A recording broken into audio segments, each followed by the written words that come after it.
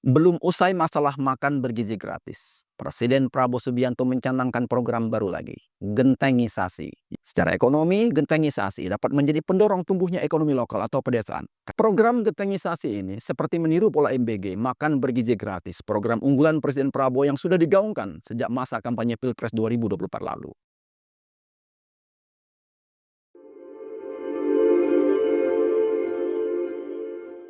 Assalamualaikum warahmatullahi wabarakatuh. Sobat The Praise, kembali bersama saya Aswadi Hasan dalam Ngopi, Ngobrol Politik Indonesia The Praise.id, agar saya, Anda dan kita semua paham tentang politik. Sobat The Praise, belum usai masalah makan bergizi gratis, Presiden Prabowo Subianto mencanangkan program baru lagi, gentengisasi, yakni gerakan nasional untuk menggantikan atap rumah dengan genteng, khususnya genteng tanah liat. Sebuah program baru yang bertujuan untuk membangun ekosistem pertumbuhan ekonomi Indonesia. Namun, ada kekhawatiran program ini akan mengulangi kisah-kisah di lapangan MBG atau makan bergizi gratis yang terus menuai kritik yang tak kunjung habis. Program gentengisasi ini disampaikan Presiden Prabowo dalam rapat koordinasi nasional pemerintah pusat dan daerah yang digelar di Sentul Senin 2 Februari 2026.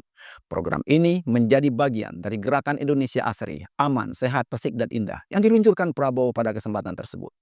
Melalui gentengisasi, pemerintah berupaya meningkatkan kualitas dan kelayakan rumah masyarakat, sekaligus menanggulangi persoalan kekurangan hunian. Karena hingga kini masih terdapat sekitar 9,9 juta kepala keluarga yang belum memiliki rumah sendiri. Menurut Prabowo, sasaran utamanya tidak semata-mata mengganti material atap, tetapi juga mempercantik tampilan Indonesia, meningkatkan kenyamanan tempat tinggal, memperkuat citra bangsa di mata wisatawan, serta mendorong pergerakan ekonomi masyarakat hingga ke tingkat desa. Penggunaan atap seng yang masih umum di berbagai daerah dinilai kurang sesuai dengan kondisi iklim tropis karena menimbulkan panas berlebih, mudah berkarat, dan tampilan yang kurang tertata, sehingga dianggap belum mencerminkan kemajuan nasional. Salah satu dalam rangka indah, saya lihat saudara-saudara, semua kota kecamatan, hampir semua desa kita sekarang, maaf ya, terlalu banyak genteng dari seng. Seng ini panas untuk penghuni. Seng ini juga berkarat. Jadi tidak mungkin Indonesia indah kalau semua genteng dari seng, ujar Prabowo ketika itu. Dari sisi manfaat, genteng berbahan tanah liat yang diproses dengan pembakaran menghasilkan struktur berpori yang responsif terhadap kelembapan, sehingga suhu di dalam rumah terasa lebih sejuk dan nyaman.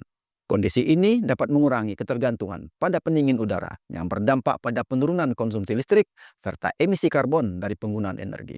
Genteng tanah liat juga berkontribusi dapat menekan efek urban heat island atau peningkatan suhu kawasan perkotaan akibat dominasi permukaan bangunan yang menyerap panas berlebih. Karena genteng tidak memantulkan, tetapi cenderung menyerap panas yang dapat menurunkan suhu lingkungan sekitarnya. Secara ekonomi, gentengisasi dapat menjadi pendorong tumbuhnya ekonomi lokal atau pedesaan, karena bahan baku, produksi, dan tenaga kerjanya semuanya lokal. Ketua Umum Asosiasi Aneka Industri Keramik Indonesia (ASAKI), Edi Suyanto menilai, kebijakan ini dapat mendorong pertumbuhan pabrik genteng sekaligus memperluas penyerapan tenaga kerja di sektor manufaktur. Bagi kami, itu akan menciptakan pasar baru lagi, akan ekspansi baru.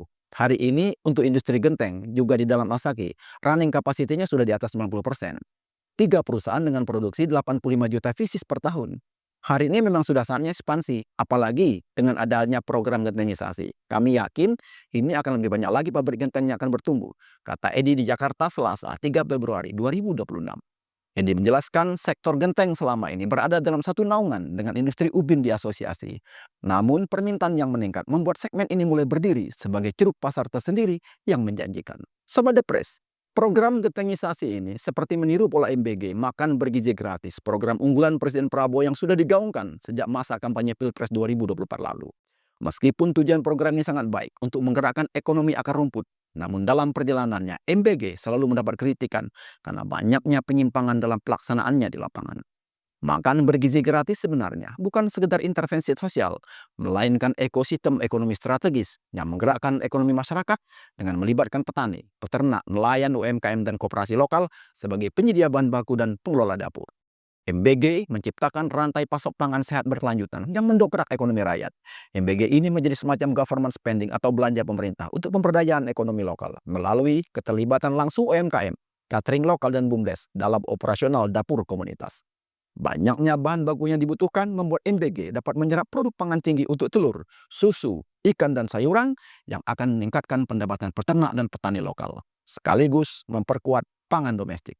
MBG juga akan menciptakan lapangan kerja dengan banyaknya tenaga kerja yang dibutuhkan untuk operasional dapur di berbagai wilayah yang akan menjadikannya mesin pertumbuhan baru. MBG juga akan membangun rantai pasok yang terintegrasi, yang menghubungkan produksi pangan, distribusi hingga konsumsi, membangun kemandirian pangan nasional. Pastinya, ekonomi akan semakin bergerak. Jadi yang tadinya tidak ada standby buyer atau off-taker yang pasti, sekarang bisa menjadi lebih pasti.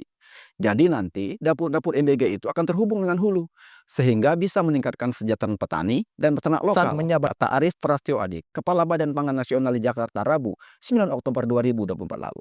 Melihat besarnya dampak MBG terhadap pertumbuhan ekonomi masyarakat, membuat pemerintah dan DPR menyepakati pagu anggaran yang cukup besar untuk program ini di 2026.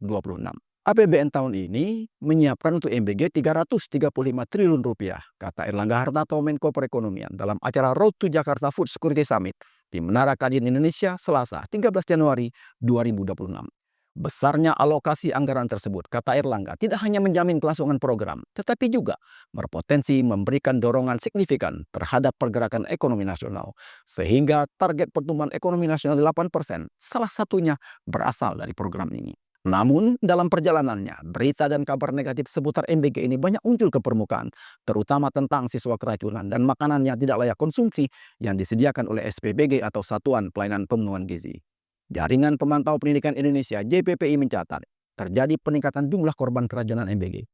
Jumlah korban per 19 Oktober 2025 itu mencapai 13.168 anak, ujar Koordinator Nasional JPPI, Ubaid Matraji, dalam keterangan tertulisnya pada Ahad 19 Oktober 2025. Ubaid menuturkan korban keracunan MBG terbanyak ada di Provinsi Jawa Barat dengan 549 korban, disusul daerah istimewa Yogyakarta dengan 491 korban, dan Jawa Tengah dengan 270 korban, disusul Sumatera Utara dengan 99 korban, dan Nusa Tenggara Barat dengan 84 korban.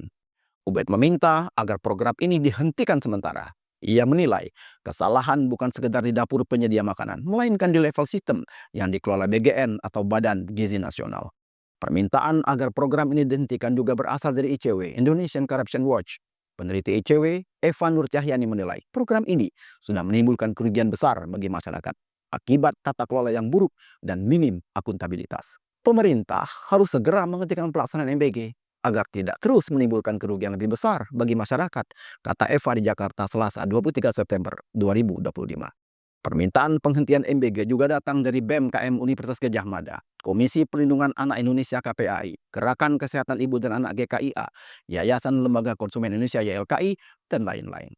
Sobat The Press, kritik terhadap MBG selama ini sebenarnya bukan karena program ini tidak bermanfaat, tetapi karena standar mutu pelaksanaan yang tidak jelas dan akuntabilitas yang rendah.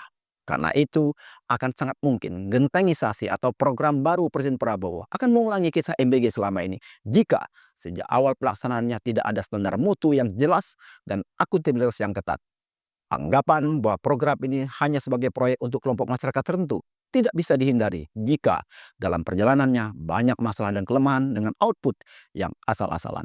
Semoga bermanfaat dan menambah wawasan. Sampai jumpa. Assalamualaikum warahmatullahi wabarakatuh.